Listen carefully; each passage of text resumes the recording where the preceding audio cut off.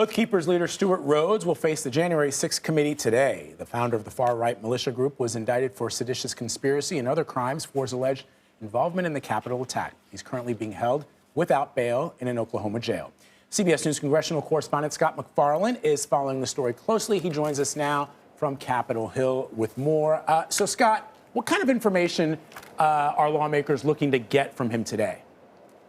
They want to know who he was talking to and what he was saying in the weeks before January 6th. You'll recall Stewart Rhodes faces the highest level of the January 6th charges, seditious conspiracy. He is specifically accused of trying to block the peaceful transfer of power and hatch a plan to attack the Congress right here.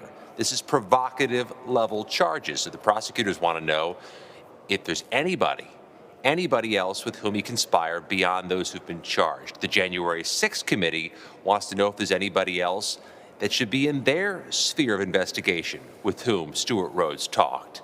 That's what they want to find out. They're not going to find out much of anything today because Stewart Rhodes' defense attorneys tell me he's going to invoke his Fifth Amendment rights not to answer questions. And when the Fifth Amendment doesn't apply, he's going to argue he's too physically far away from the committee to logistically prepare his defense and answer their questions. As you mentioned, Vlad, he's in an Oklahoma U.S. Bureau of Prisons facility. His defense lawyers, who are near Dallas, want him moved back to Texas. The feds want him moved to D.C. He's in limbo. So this is all going to happen via a Zoom link, which as of last night had not yet been shared with Stewart Rhodes. When they do connect today, it'll be a virtual meeting. And based on what his defense attorneys say, he's not going to offer up much of any information. Well, I mean, you know, he is facing some pretty severe charges, so I can sort of understand why he might not want to elaborate on his activities leading up to the attack on the Capitol. That being said, listen, Scott, I think a lot of people are familiar with the word sedition, but seditious conspiracy is a charge that I think maybe is foreign to a lot of people. So can we talk a little bit more about where things stand with his criminal case and what exactly he's being accused of? You're spot on, Anne-Marie. What his defense lawyers will say is that because he's under current criminal prosecution, he can't be giving up information that may impact his case to a congressional committee. His case is in the earliest of stages. He's pleaded not guilty, but he hasn't yet been transferred even here to the District of Columbia, where he'll be prosecuted. A trial date not likely until late summer, if not fall 2022. Some of his co-defendants, newly charged, also likely to wait until summer or fall before they go to trial. That's where the criminal case stands right now. But for Stewart Rhodes, this would be a challenging situation to give up information to a committee while defending himself in court. That said, Anne-Marie and Vlad, the House Select January 6th Committee has had success getting information from other January 6th defendants. They've met with the committee, given up information, but those are lower-level cases, defendants who've pleaded guilty to misdemeanors or defendants whose cases have already closed and already reached sentencing. So speaking of looking to hear from some people, Scott, the committee also is looking to hear from Ivanka Trump, the former president's daughter. Yesterday on Red and Blue, you spoke with Congressman Jamie Raskin, who's on the committee, about that. I want to play for our viewers what he had to say.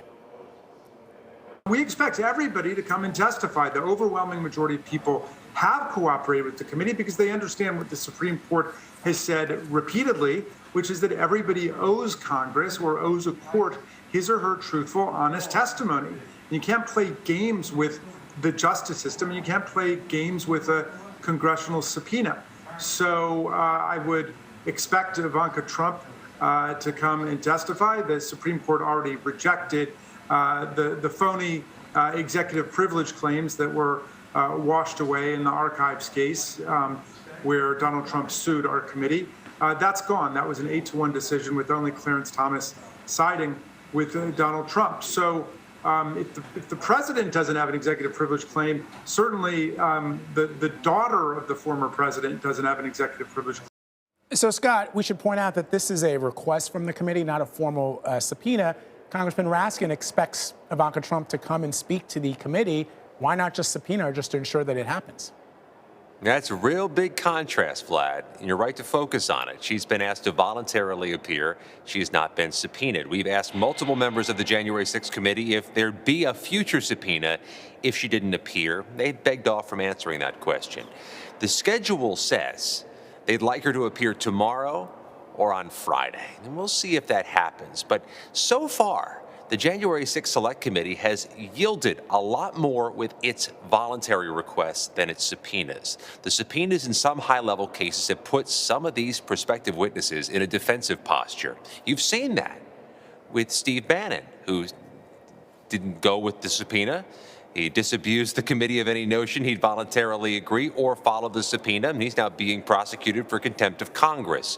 Mark Meadows seemed to give partial cooperation after his subpoena. The Justice Department is considering a recommendation for possible prosecution there. So the subpoenas haven't always worked. What's more, this committee has a deadline. They need to finish their work by summer or fall of this year, and subpoenas in the criminal justice system, that takes time. It takes many months, if not years, to complete.